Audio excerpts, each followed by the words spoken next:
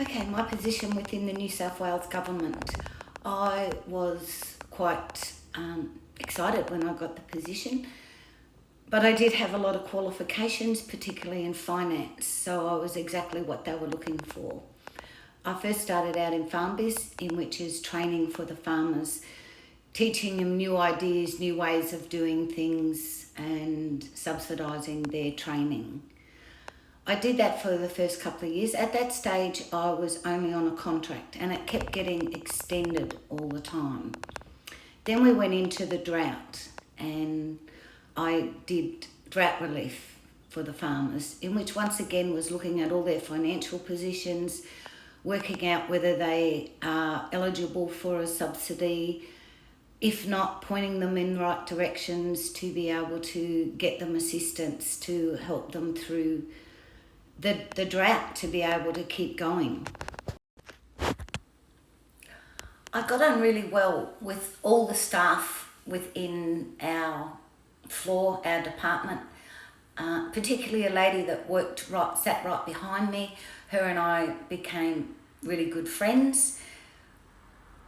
There was 4 girls within the department that I also was very close to and became really good friends with. But I was always warned against that they have knives in people's backs and to be very wary of them. But I always take people at face value. I never listen to rumours about people. And these girls were really good to me. I was really good to them. We used to spend a lot of time together. I took a lot of work off them. Particularly one who's the main ringleader in all this. She couldn't balance the budget, the money spent. So that was handed over to me because she could never get it to balance. She was always out. And I took that on, and which then meant that I answered directly to the Minister of Agriculture.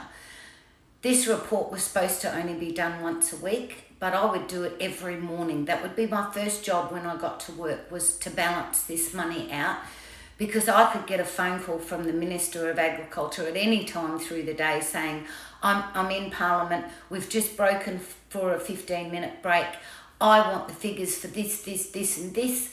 Can you have it to me? We're going back in 15 minutes. I want it before I go back in. So I had to have it ready all the time, in which I did.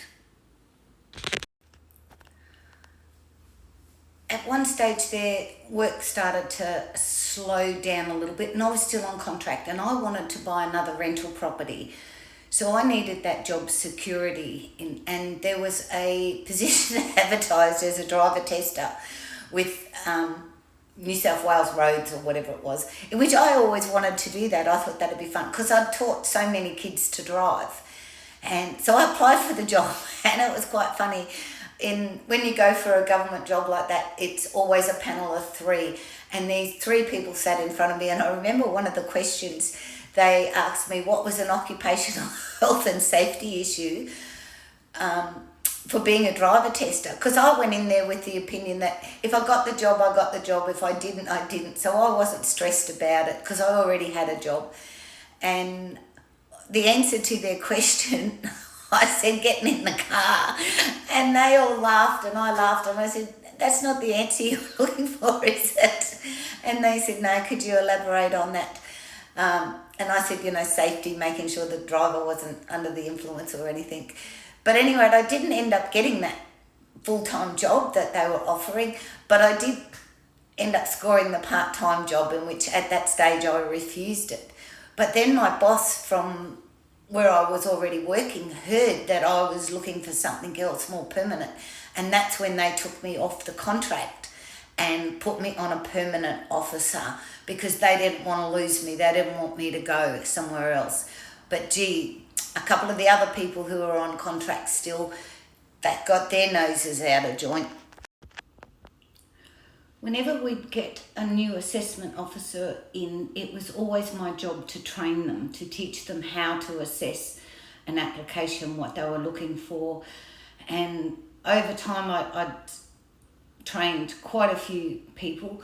So I would be their first port of call all the time if they come across something in an application that they weren't sure of or whatever, they would come and ask me questions about, what's going on here, what's happening, and I would make a decision on how to handle it. And a few of them would say, "Oh, Loretta, you know your job so well, you're so knowledgeable." And I said to them, I said, "No, I just make it up as I go along. I have no idea what I'm talking about. I just hope I get it right on the day." At one stage, quite a few years in, while I was working for this government, my girlfriend from Bathurst, who I'd told you about previously, how I'd built gardens and I'd watched her kids grow up and everything. Well, her daughter was now approximately 15 or 16. Anyway, she dropped out of school. She was depressed. She wouldn't do anything. She wouldn't look for a job because she kept getting refused all the time. And her mother was quite concerned about her, and she, asked me if there anything I can help out with. And I told her that we have a position at work for an admin, start out admin position, just typing up letters and things. I said, I'll see what I can do and get her in there, which would be a really good start for her. So I did. I went and seen my boss, and because we did have a position available, and he said, "Do you recommend this girl?" And I said, "Yeah, look, I guarantee, I can teach her, get her around, be able to do the position." And he said, "Righto, on your recommendation." She never even had to apply for the job. "On recommendation from you, Loretta, we will employ this girl." So she got a job. So this position that this young girl got was a huge opportunity for a school dropout, for any young person starting out. She was on really big money. But on her starting work, because they lived so far away, the young girl came to live at my house. Now, I charged her no board. I bought her business clothes because she had no clothes to wear, so I took her shopping. I paid for it all. She never paid me back. Her mother never paid me for it. I did it out of the goodness of my heart because I love this kid. I wanted her to achieve something. I wanted her to have a good start in life, in which I do for a lot of people. So I'd take her to work every day, and when she first started in the office, yes, she knew nothing about office work. She didn't know how to use a photocopy or a printer or anything. They don't really teach those kind of things at school. So she was there for a while on really good money, and then I took holidays. So I took about a week off or something, and then she travelled backwards and forwards with one of the other assessment officers who lived at Bathurst, and her mother would drive into Bathurst and pick her up from there. Well, this gentleman was really always jealous of me because I had the full-time position and he was still on contract and he wanted my job. So, of course, then he conditioned this young girl, and all hell broke loose when I got back to work. When I came back from leave, my position changed within the department. I then had to go and run payments, do payments, in which meant I had to check the young girl's work who I'd got the position for. So she then had to work under me. So did two of the other girls who were quite nasty girls. And with this young girl, she made so many mistakes on every file, every letter basically that she typed out, and she'd been there for some time by this time. She made mistakes. So instead of everybody else in the office knowing about it, I used to stay back at work once everybody'd leave so nobody would see that I was fixing her mistakes and covering things up. Sometimes I would be there until 7:30 at night, 8 o'clock at night, fixing her mistakes. Yes, I would leave maybe 1 or 2 mistakes for her to fix, but I needed them fixed the very next morning, first up, as soon as she got into work, so I could run the payments for everybody. And she didn't appreciate what I'd done for her. And because 2 of these other girls were also working under me, and they didn't like me getting this promotion that I'd never applied for. So it made the situation very hard.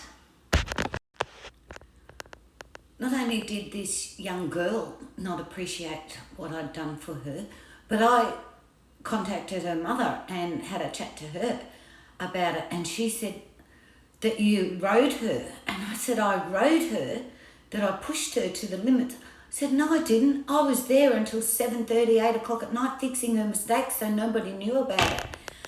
But she wouldn't listen. After all I'd done for this whole family, for everybody. So that really hurt me. So I just turned around and walked away from my girlfriend, and I never spoke to her again. I said, I don't need this kind of thing in my life. I have no hesitation turning around and walking away from anybody. And it was... So this girl got in with these other 4 girls, and knives just come into my back, and it was unbearable trying to go to work and work effectively with this crap going on. So I said to my boss that I wanted to leave. I'd had enough. I said, I didn't ask for this, and he begged me not to leave. He said, just take stress leave. He said, I'm sending you off on stress leave. Take a couple of weeks and then come back and see how you feel. So I did take the stress leave, and then I went back to work for a week, and I went back into my original position of assessment officer. And the other lady who worked behind me, of course, she still had her knives in her back because we worked so hard and put a lot of people to shame, that her and I both decided through that week that we were going to resign. So when it was time for us to finish work, we both typed out our resignation letters. We went into the office and seen our manager, and he was devastated. And she was already taking leave, a month's leave, and she handed in her resignation. And I said to my manager, I said, I'm taking a month's leave, and here is my resignation. I will finish in a month. I'm not coming back. He was absolutely devastated because he lost his 2 best workers, but we never went back. We both retired and resigned at the same time. When I resigned from work, and I said to my manager, I said, give the full-time position to this other guy who was in with these 3 girls, well, the 5 girls now, and he's a bigger bitch than any of them. I said, just give him my position, the full-time position, and he said he will never, ever get a full-time position here, especially not your position. But I didn't care. I was finishing anyway. It isn't only the people who you love the most who can hurt you. People who you don't like or a distance in your life, they can't hurt you. But this really, really hurt me, what these people had done. And I wasn't going to just keep going back there to face it all the time.